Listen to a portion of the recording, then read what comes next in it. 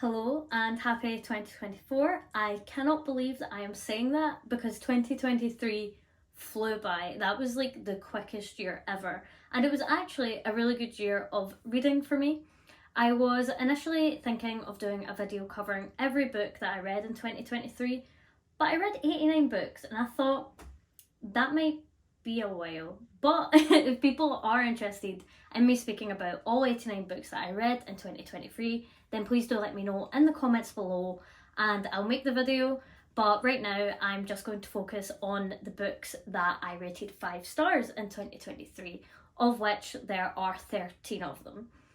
It has been a while since I've filmed, and that's because I was unwell and I went to Barcelona, and then it was like 4 different people's birthdays, and then it was New Year and I was back at work and I just didn't have the motivation to film. But thankfully, now that we're into the new year, I actually do have motivation to film, and I'm so excited to share the books with you I read in 2023 and the books that I'll be reading in 2024.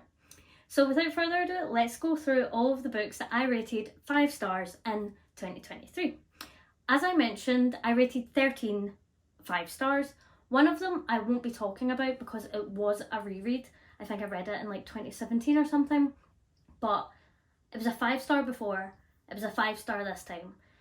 It doesn't feel right to include a reread in the books because I don't know, just doesn't feel right. So all of them are new to me books in 2023, not including the reread.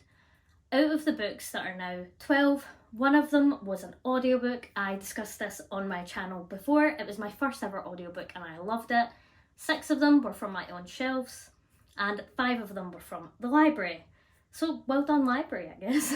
But I have been aiming to read more books from my shelves, so it's a bit concerning how many books I took out of the library, but we move. The order that I'll be going through these books isn't anything to do with like best to worst or worst to best or whatever, because I am the most indecisive person ever and I don't want to try and organise them because it'll take me so long and I just can't choose. So it'll just be in the order that I read them, so starting from January through to December.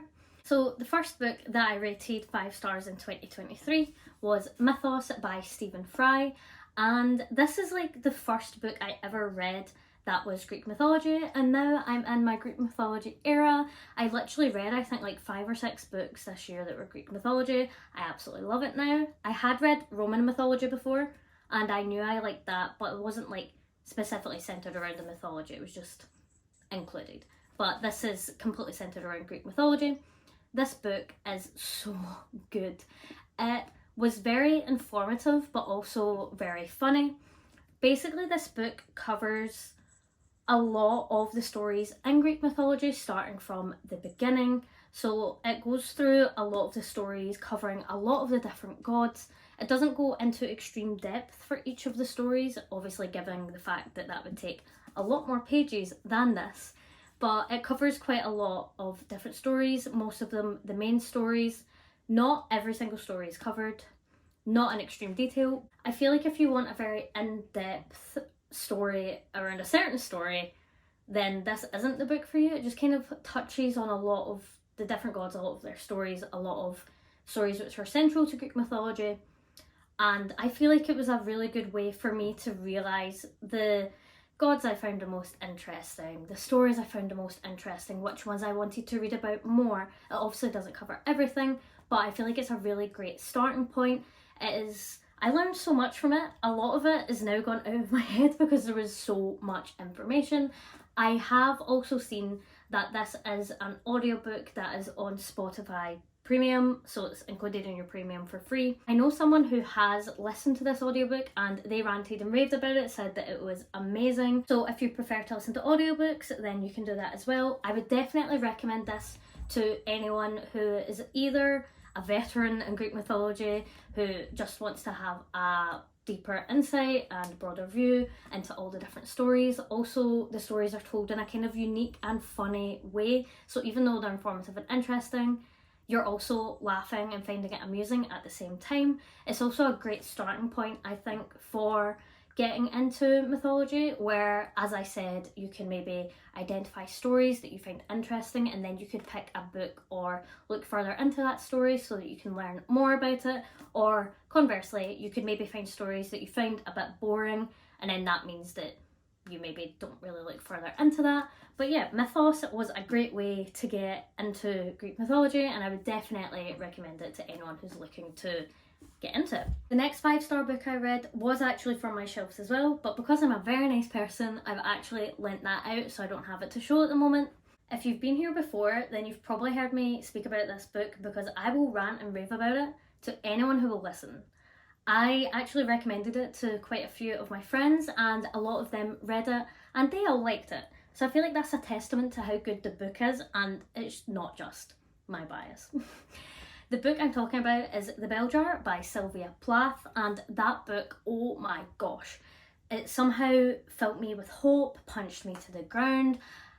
My biggest recommendation for it actually is, after shutting the book, I literally just started crying, went upstairs to speak to my partner about it, just went, I can't, curled up in a ball and just lay there for like 15 minutes contemplating life. If that's not a stellar recommendation, then I don't know what will make you read it. It was emotional, to say the least. It follows a woman who is very successful, so she goes to university and then has a successful job, but then she ends up going through a depressive episode, and it's basically going through her story of developing depression, how she copes with it, what happens, her then going through treatment and such. And because it was set, I think, in the 1960s, you can see the huge disparity in terms of, even from not just the treatment, but the stigma surrounded around mental health, where obviously now you can speak about it openly and there's a lot of help, but back then, not as much. So she does end up institutionalised, and it goes through that. I hope I've not given much away. I feel like it's not the plot, it's the words in the book that are central to just how amazing it is. It's incredible. Specifically, there's quite a lot of metaphors that are utilised that I personally found just so, like, I don't know, they made me feel things, and I've thought about them all the time since I've read it. And the major one that sticks out in my mind is actually one that I have discussed with someone that I recommended the book to. They messaged me about it saying, oh my gosh, this analogy, and I was like, oh my gosh, I can't believe it resonated with you too. And it's one about an olive branch. To not give much away, the olive branch is basically representing life and the different paths that you can go down with the olives that are growing on the tree. I can't actually, it might be a fig tree. It's a tree that grows stuff, and basically the fruit on the tree, if you don't go down that path, it will like shrivel up and die. And basically you can get so overwhelmed by trying to choose which path, which one's the right one, that you don't choose anyone, and they all shrivel up and die. She obviously puts it more eloquently, but that just stuck with me so much. Like, I just resonated a lot with that. The book is just soul destroying. I would definitely recommend reading it when you're in a good place mentally, because if you were not in a good place mentally and read it, you will be in a worse place, but also a better place at the same time. It's weird. It's both uplifting and also soul destroying, and I think the fact of what happened to Sylvia Plath also makes it that much more heart-wrenching. If you know what happened to her and you read the book, you'll understand why. If you don't know, then you can Google it and find out, but trigger warning and at your own risk for seeing what happened to her. Anyway, moving on to the next book that I read, and that is the first library book that I'll be talking about, and it is the first book I read by Josie Pickled. I have seen so many of her books touted and raged about on both Bookstagram and BookTube, and I don't know why, I've just never really read any of her books. I know she's released like literally loads of them. I see loads of them in the library, but I'd seen this one recommended by someone on Bookstagram. I can't remember who, or I'd give them a shout out, and they had done this review that just made it sound so wonderful without giving anything away. And then when I saw it in the library, I was like, this is my sign, and I took it out. That book is Mad Honey, and oh my gosh, the story, I still think about it. It was just so good. I don't know what it was about it. I couldn't put it down. I binged it. I don't know if it's her writing style, having not read any of her other books, or if it was just the story was that good. Probably a bit of both. The story follows this guy who his girlfriend dies, and basically they think that she's been murdered, and obviously being the boyfriend, he is a suspect. So the story follows the multiple timelines, where one of the timelines is during the court case, one of the timelines is for the guy and his girlfriend, and I'm pretty sure there's another timeline for like the kid's childhood for the mum's point of view, because she's obviously having to deal with the fact that her son is undergoing a trial for possible murder. It's just a really well told story, it's really great. There's something that happens during the court case. It's not a plot twist, it's not anything like that, so it's not ruin anything. But basically, something happens that is such a great way to move the plot forward into a very interesting like dialogue and take. I found it really interesting. It's something that happened that made complete sense, but I also didn't see happening. And then once it happened, the story progressed really well and it ended up concluding really well. I really hate when people say, oh my gosh, you won't believe the twist, because then people go, oh my gosh, I'm going to try and like guess the twist now. And basically I've guessed the twist before and it's ruined a book for me. This isn't a twist, and that is why I'm mentioning it. If there was a twist, I would just like not talk about it, because I just hate it. It can ruin a story for me if you mention, oh my gosh, you won't believe the plot twist, because if you know there's a plot twist, it's not as much of a plot twist, if you get what I mean. Anyway, I would definitely recommend this book if you are someone who is interested in crime books, but also kind of like coming of age stories as well. I think it's technically a saga, but yeah, basically I would recommend this book to almost anyone. It is an incredible book, and read it. Just go read it. The next book is, you guessed it, another one from the library, and this is a contender for my favourite book of the year. Even though I mentioned that I don't want to grade them from like worst to best or anything like that, there are two standout books that were basically fighting for my favourite read of the year, and it was the bell jar that I mentioned before, and this book, Babble by R.F. Kuang. It is the first book of hers I've read, and I have since bought The Poppy War and Yellowface that I'm looking forward to read too, but I would read anything by her, having only read one of her books. It was just incredible. It's a fantasy book, but I would say it's really good for beginners into fantasy. The actual fantasy aspect, so it's low fantasy as opposed to high fantasy, which I feel like makes it easier for someone who is not used to fantasy. I read a lot of fantasy, so it doesn't matter for me, but basically low fantasy is like occurring in today's world kind of thing, like, but there's magic, so kind of like Harry Potter, for example. Or you've got high fantasy, which is set in a world that is not like ours. For example, Lord of the Rings. So it's low fantasy, so you don't need to like go way deep into different maps, different anything like that. It's not complicated. It's set in England, but also a few other countries. It's about how language is magic. The nicher the language, I'm pretty sure it was, the more magic it is. So English is like not magical at all, obviously. But yeah, basically it's about this group of children who are all from different parts of the world and speak different languages fluently. They're using these languages to create magic, and because they are in England, I can't remember if it's Cambridge or Oxford actually. I should know this, I don't remember. They were smart. They are together in this university studying linguistics, and they form like a very close-knit friend group that's almost like found family.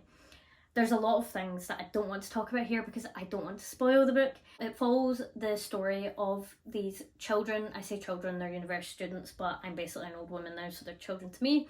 But it follows specifically this one child, and it does give you a big insight into the other people too, but it follows his story primarily, and it is so interesting.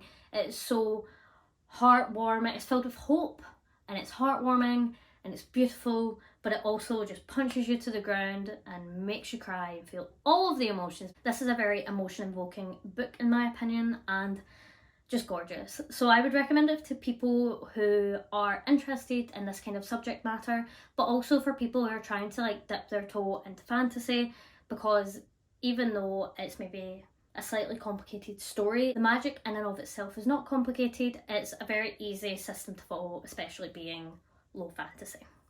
Next book is, you won't believe it, another library book, and it is The Picture of Dorian Gray by Oscar Wilde. I know, I can't believe that I only read it this year too. This is a book that I desperately want to own now, specifically the cloth-bound classic edition, because it's just gorgeous. But this book, oh my gosh, even though it was written literally like more than 100 years ago, it's still relevant today. I personally found it, some classic books can be difficult to read, like they're written in maybe more complicated English that we're not really accustomed to because we don't really speak like that anymore, or they can be just like slow or dull, or because the writing style was a bit different, it can just be a bit, it can feel a bit, I don't know, like a slog to get through. This book was perfect. It was so amazing. I found it so easy to read. It wasn't like reading a book that was that old, especially with the themes that were central to the plot, and those were things like egotism, corruption, vanity, things that are still very prevalent in our society today. And one of the things that I found the most interesting about this book is the fact that Dorian Gray basically wants to always look young, which if you've ever turned on TV or read a magazine or a book or anything, basically if you don't live under a rock, you know people are obsessed with looking younger. And when I say people, I mean society in general. It's something we've been almost brainwashed to think and want. We always want to look younger. And it's very interesting to think that this is something that's been prevalent in society enough to be central to a book from centuries ago. Like, this has been something that's been plaguing humanity for so long. And the way that it's written is just so beautiful. It's so eloquently put. It's just a really good view into the corruption and vanity and egotism, just everything. I can't recommend this book enough. I don't want to give much away about the plot, but if you are even somewhat familiar with the plot, which I think most people are, I'll say briefly that it's basically about this guy, Dorian Gray, who is very attractive, very handsome. This guy wants to paint his picture because he is very attractive. He paints the picture, and Dorian Gray wishes that he always looks as young as his portrait.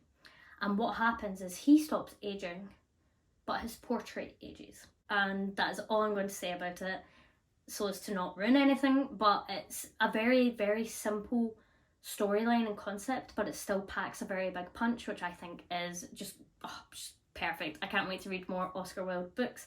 I love classic books, especially when they are still relevant today. You will never guess where I got the next book.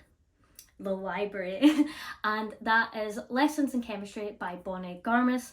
Oh my gosh, that book. I feel like, I mean, being a girl in STEM, I feel like it just made it even better. But even if you're not a girl or you aren't in STEM, it doesn't matter. This book is incredible. It is just, oh, I loved it so much. And shout out to the TV series as well, actually. I watched it with my partner and he hasn't read the book, but he absolutely adored the series. So he might actually read the book from it as well. But the TV series is also great. So if you've read the book and loved it, watch the TV series. It is so, so good. The story of Lessons in Chemistry follows this woman who is very strong. We love a strong woman in STEM. She is a chemist specifically, and she's working in this laboratory where she is basically more competent than most of the men who are in a higher position than her, and they go to her for help and things like that. But then something happens and she ends up working as a TV chef. And she empowers women all across America by teaching cooking to housewives and women in general without being condescending, while actually speaking to them in like chemistry terms. And yeah, it's just, it's an empowering book. It's great. And also the storyline in general is so good. It's so good. There's romance, there's love, there's heartbreak, there's everything you can imagine. It's just, it's gorgeous. I love it so much. I might actually reread it at some point, and I don't even know how to articulate how good this book is, but you need to read it. or watch the series, or both, preferably both. Thankfully, we are ending the library book streak because the next book is a book that is on my shelves, and that is Misery by Stephen King. This was actually a book that was picked for a book club that I was part of, and other than this, the only Stephen King book that I had read was The Institute, which wasn't really horror, so this was his first actual horror book, horror/thriller I guess, book of his that I read, and I don't know how he did it. I don't know how he made this so good. Literally the setting is in like one place. It's in one room. In one room. For this much of time. This many pages. In one room. And I still enjoyed it. It's got like 2 characters in one room. And it was still good. It was so tense and so gory. And now I'm actually interested in reading not just more of his books, but more of the horror genre in general. I had read like zombie books and stuff before, so I guess I was somewhat accustomed to horror and gore, but this is gory in a whole other way. The story is basically about this writer who wrote up a character called Misery, and he ends up in a car crash. And this woman finds him, and she's a nurse, so she takes him in to try and help him to recover, and she finds a manuscript in his briefcase and realises who he is. He is her favourite author, and she is his #1 fan. So she keeps him in this room to help him to recover, but she isn't just trying to help him to recover. She read the new manuscript and discovered that Misery dies, and she didn't like that ending, so she wants him to write her own personal book about Misery. I don't want to say much without giving it away. I have heard that the film for this is absolutely incredible. I've not watched it yet, but I definitely will. If you've seen the movie, you'll know the premise of the book. But yeah, basically she's an absolute psychopath, and he's locked in this room, and that's the premise of the story. And it was just, I was like reading it like this, and then stuff would happen and I would be like this, but I would also be like this, because I was like, I need to keep reading, but I can't keep reading because it's just so but I need to know what happens. And it was this weird juxtaposition of emotions where I was like, I don't know what I want to do. Do I want to put it down? Do I want to keep reading? And it wasn't a easy read book, but it was definitely a really great and rewarding book to read. The next book that I read is again not a library book, proud of me, and that is The Final Empire by Brandon Sanderson. This is actually the first Brandon Sanderson book that I've ever read, and I am a big fantasy fan, so that's wild. I've now read the first 2 in the series, and I'll hopefully be getting around to the 3rd book soon. This is amazing. Where I was talking about Babble being easy to follow because it's low fantasy, this is high fantasy. High fantasy. High. Very high. Very high. Lots of very complicated things. There's a complicated magical system, so complicated that there's a glossary to describe it. I'm just trying to find this glossary. Look at this. Look at that. That's to just describe the magical system in this book, which was super helpful actually. I'm so glad that he put that there, because reading the first book, it took me some time to understand the terminology that's used and what the things actually do, so I did refer back to the glossary to remind myself. The book, I don't even know what to say about this book. It was just so good. The premise of the book follows this girl called Vin, and she's basically someone in poverty on the streets who works with a thieving crew. And she doesn't know it, but she is able to perform allomancy, which basically means that you can consume metals, burn them, and be able to perform magic. There's only some people that can do this, and even fewer people who are something called mistborn, and that means that they can burn all the different metals and do all of the powers. Most people can only do one.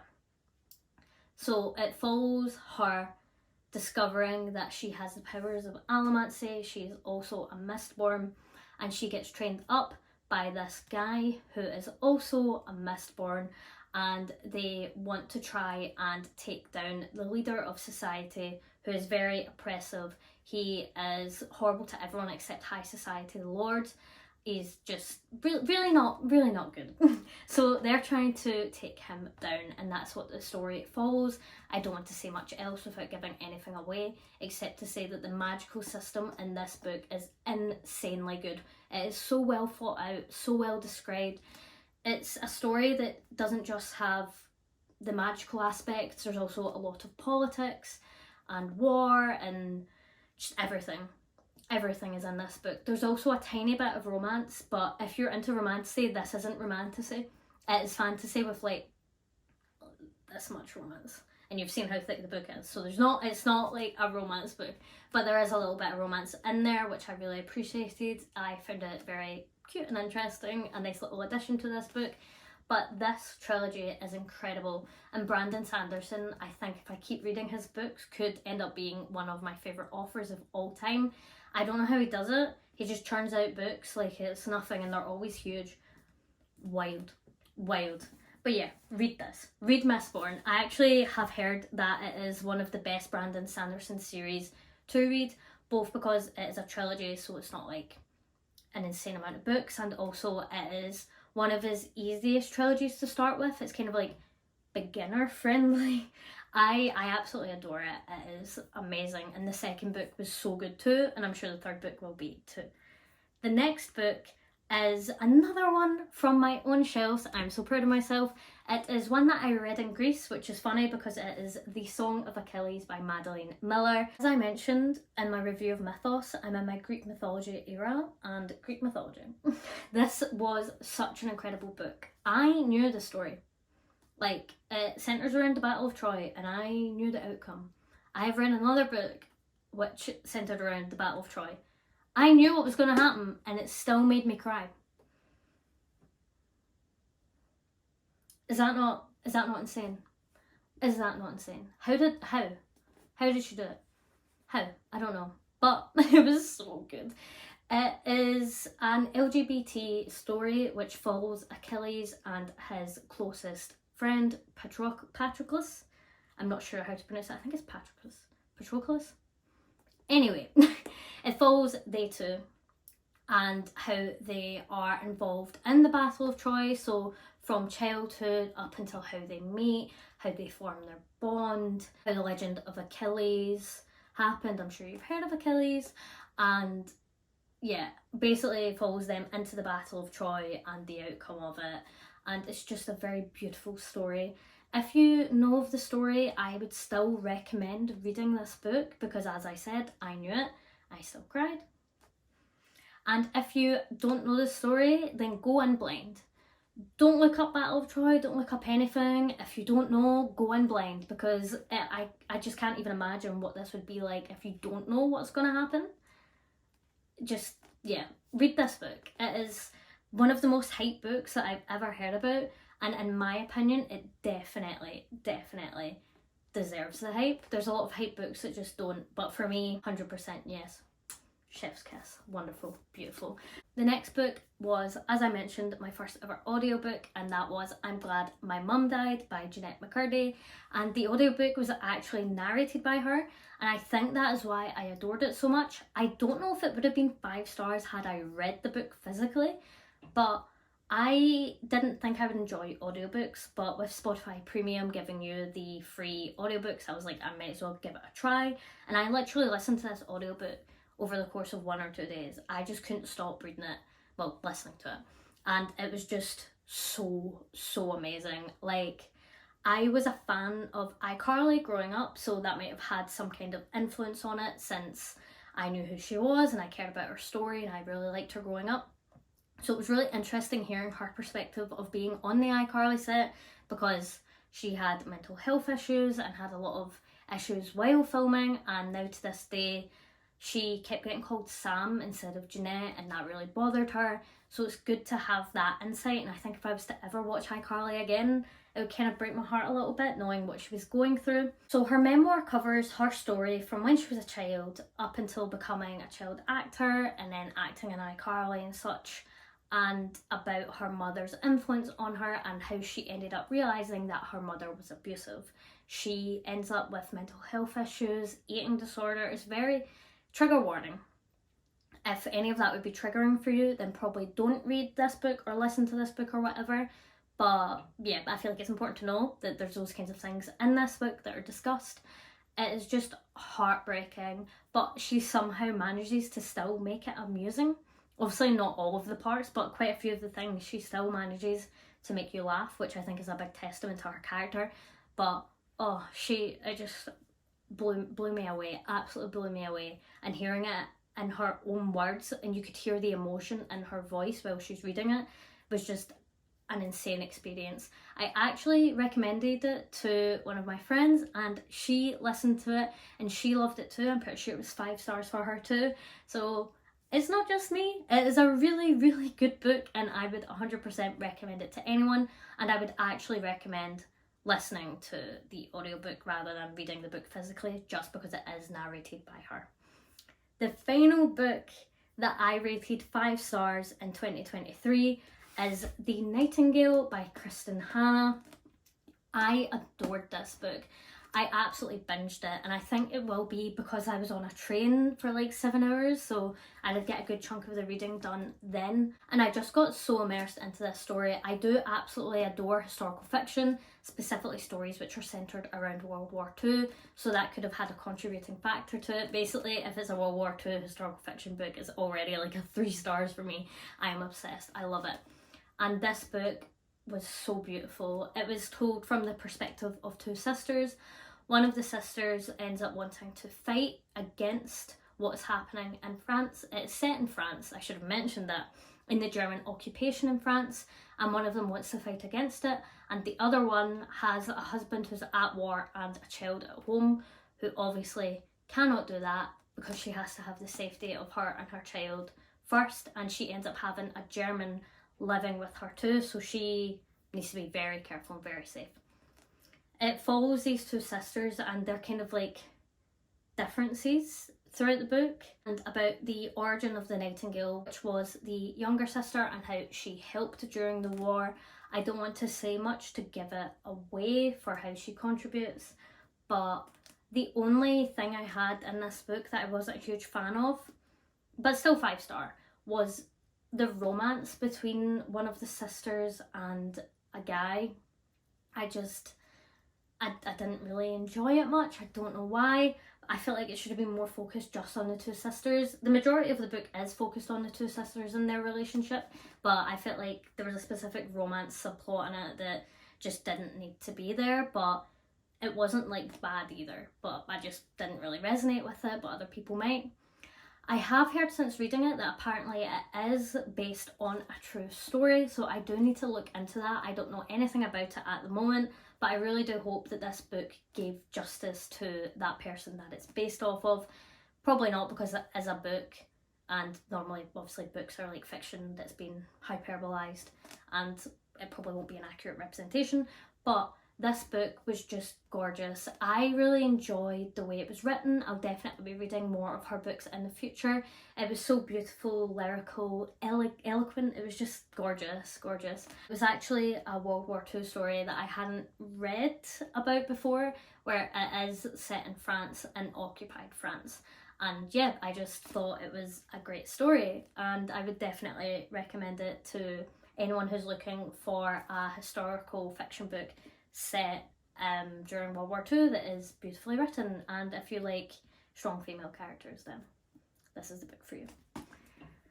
That is every book in 2023 minus 1. Actually, honourable mention to that book. It is The Universe in Your Hand, and it is a non-fiction book about the physics of the universe, and I read it years ago and loved it, and read it again because I saw it in the library and absolutely adored it just as much the second time. I would recommend that book to anyone who actually doesn't really know much about astronomy and physics, because it's put in like terms that are easy to digest and understand, but also to people who are interested in it, because I'm very interested in it and read up on it before, but still found this book super, super interesting. But it's also very beginner friendly, which I loved about it. Yeah, so that's my honourable mention for the 13th book, but it was a reread, so technically it doesn't count. Thank you so much for joining in while I talked about all of the books that I rated 5 stars. As I mentioned at the start, if you want to see me talk about all 89 books that I read in 2023, then do let me know, and I might try and put my indecisiveness to the side and actually rank them from like worst to best. Kinda don't want to do that. Maybe I'll do it. We'll see. Anyway, thank you so much for joining. Bye!